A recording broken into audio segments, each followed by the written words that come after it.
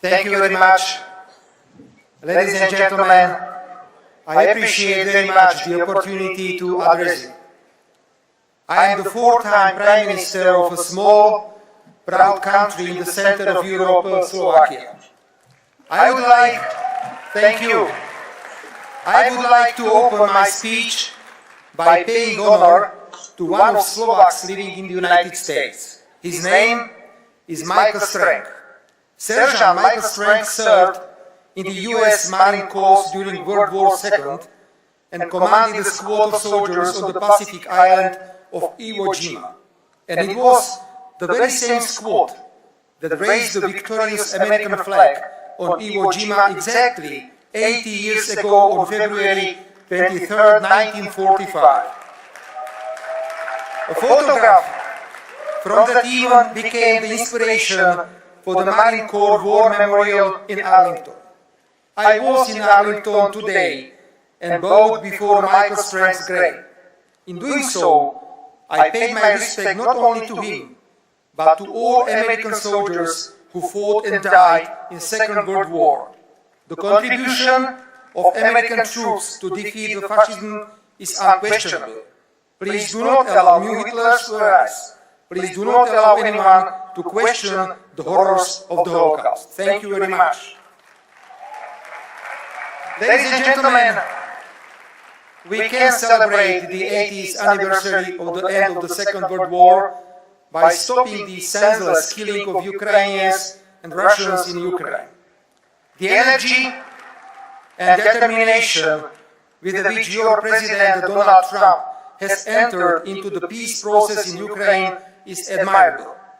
He has many supporters in Europe for his directness and for spreading the truth.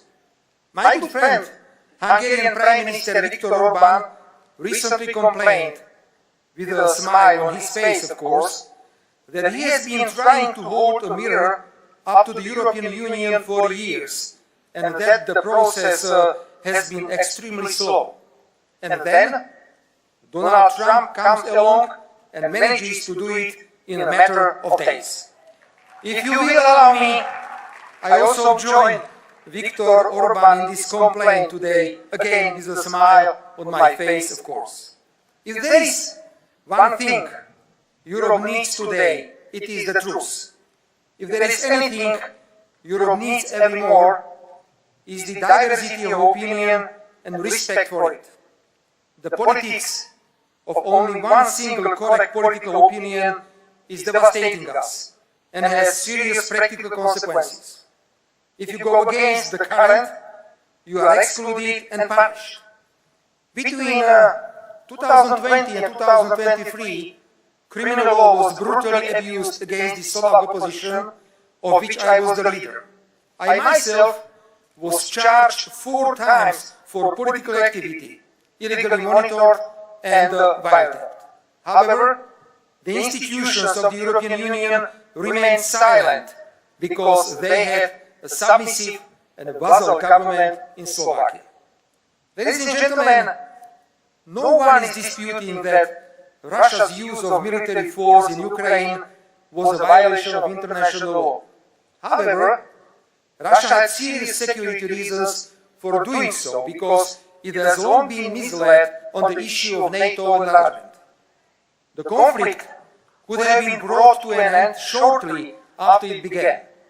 The absolute majority of the European Union member states, with the exception of Slovakia and Hungary, have endorsed the idea that the war in Ukraine should be used to weaken Russia politically and economically.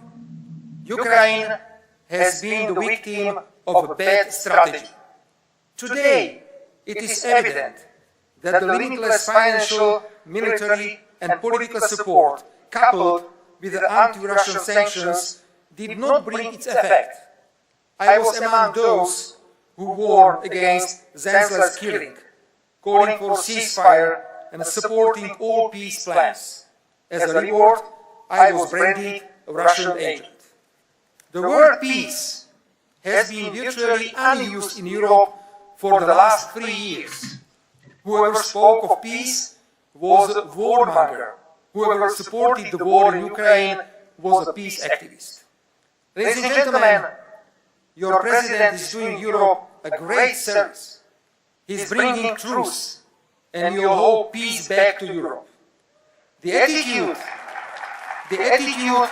of the major European players and of President Zelensky of Ukraine therefore comes as an unpleasant surprise to me. They are pushing themselves to the US-Russian peace negotiation table, even though for 3 years now they have and still do openly support the war in Ukraine. More and more, it seems that President Zelensky actually needs this war. When there is war, there cannot be democratic elections. Zelensky is particularly worried about that. Let us recall, in what a favorable situation Winston Churchill lost the 1945 election in Great Britain. When there is a war, it is difficult to investigate where a huge part of the funding given to Ukraine ended up, where an enormous number of arms ended up. When there is a war, Zelensky knows that he has total support of the European Union. I say all this quite openly, as Prime Minister of Slovakia, a country which is bordering Ukraine. Yes, we have to recognize that peace is being negotiated at a time when Ukraine is very weak. That is also why the proposals may come out of the negotiations may not correspond to the idea of a just and sustainable peace for Ukraine and its territorial integrity. However, Europe should in any case help the US President to end the senseless killing in Ukraine as quickly as possible and not hinder him from achieving this goal. Ladies and gentlemen, I have spoken many times today about the truth, respect for different opinions. It is particularly dangerous when the response to a different opinion is not just to ignore or disrespect it, but when the opponents reach for radicalization and violence. Such dangerous radicalization is now typical for liberal and progressive ideologies, which in addition to this new quality of political conduct, promote abnormalities in everyday life and present them as normal and healthy. Let the attempt to assassinate your president or me be the proof of my claim. I grew up in a regular family where my father worked as a worker in a furniture factory and my mother as a shop assistant.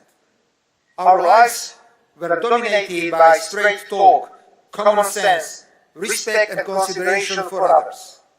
I brought a strong social sense from my family, and as an ordinary person, I openly espouse all the values associated with a common sense and a normality.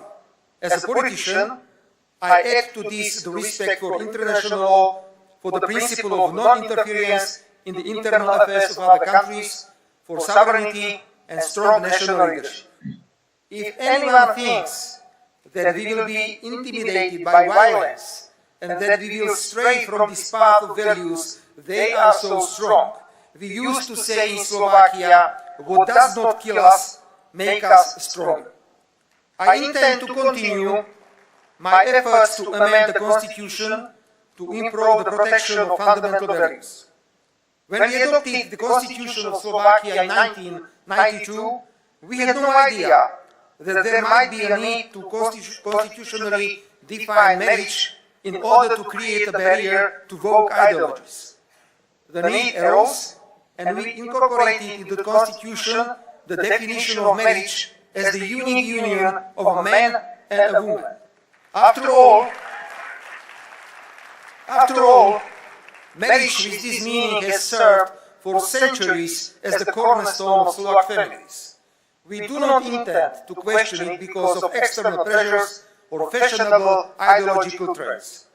We are now working to recognize in the Constitution only two sexes, male and female, nothing else. Then, the conditions for adoption of children only by spouses and the prohibition of teaching anything in schools that would contradict these constitutional definitions. With a great respect, we are also following your President's administration fight against illegal immigration. As Slovak Prime Minister, I too feel a strong commitment to protecting our borders and national sovereignty from external threats, foremost among which is the impact of illegal migration. That's why I blocked the redistribution of illegal migrants among the European Union member states on the basis of so-called mandatory quotas. Ladies and gentlemen, it is difficult to build a barrier against dangerous woke ideologies if they have substantial support in an entire network of NGOs and media. These, often financed from abroad, are turning into active political anti-government actors, of course, with no political accountability to the citizens. I recently sent a letter to Mr. Elon Musk about the role that organizations such as USAID have played in the unwarranted interference into sovereign internal affairs of other countries. I agree that we need to separate useful and beneficial projects from flagrant interference into Slovakia's internal affairs. The message I sent to Mr. Musk was very clear. We in Europe must oppose such interference and demand transparency and access to all information as the anti-government NGOs and media funded by USAID have been. We must protect our sovereignty, our right to choose our future, and to take decisions without external pressures. Ladies and gentlemen, in conclusion, may I say a few words about the powerful movements that have emerged in the United States and globally, MAGA and MEGA. These movements are not only simply slogans. They represent a vision that resonates urgently not only in the United States, but across the world. I know, ladies and gentlemen, dear friends, I know that you want fairness, reciprocity, and high-quality jobs. So do we. So let's talk. Let's work on it. Let's resolve our differences as friends and avoid pain of tariffs, measures, and countermeasures. I am known for my critical views on the European Union. At the same time, I am absolutely convinced that the European Union is our living space, which must be constantly fought for. For Europe to be great again, and for the European Union to be respected as an institution, that will require a lot of self-reflection, common sense, self-confidence, and money. So on behalf of my country, Slovakia, I openly declare that I am ready to work actively for such a renaissance of the European Union. Ladies and gentlemen,